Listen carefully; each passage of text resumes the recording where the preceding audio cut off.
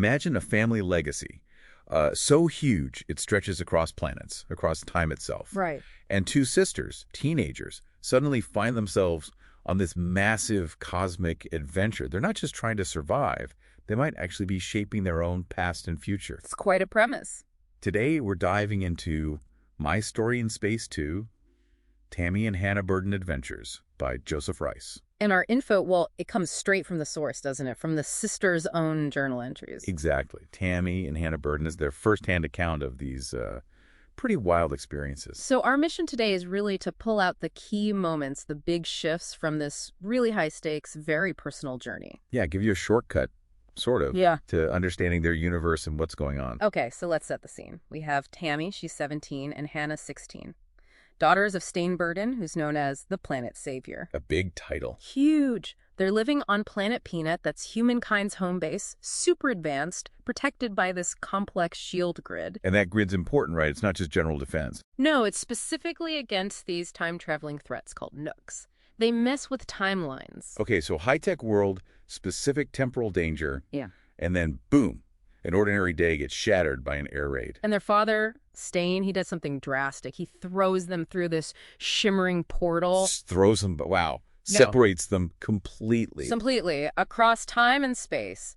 Tammy lands back on Planet Peanut, but in 1812. Harsh conditions. 1812, that's rough. And Hannah. Hannah ends up on Planet Dishes, but the timing is key. 2011, just days before a younger version of her own father is supposed to arrive there. So it feels almost planned. Calculated, maybe? It raises questions, definitely. Free will versus some kind of destiny. And then things get even stranger, which is saying something. Oh, yeah. God appears to them on Earth's moon. Wait, like the god? Seems so. Huh? Reveals they have this grand purpose, promises to, quote, fix the timeline, and sends them back to meet their younger father. Okay, that's a massive narrative element. Divine intervention. It shifts their journey from chaotic survival to something cosmically ordained, perhaps. Right. And they do encounter young Stain, briefly. Give him food, comfort.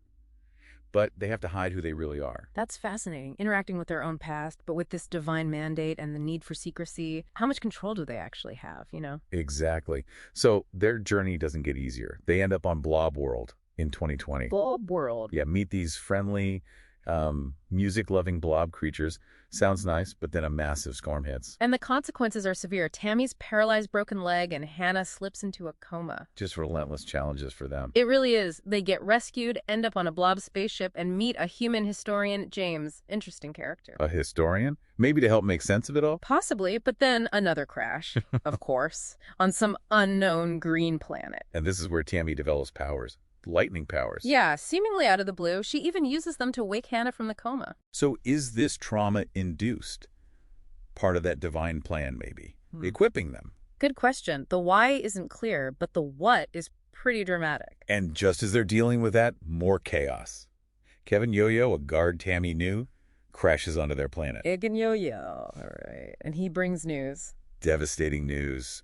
Earth has been destroyed. What? Earth is gone. Gone. And their father, Stain, he's now this revered leader back on Planet Peanut. Wow. So their whole understanding of their family, their legacy, Earth itself, just upended. Again. Totally. They try to build a life, naming the Planet Sarah, planting gardens, trying for some normalcy. You can imagine them just wanting a moment's peace. Right.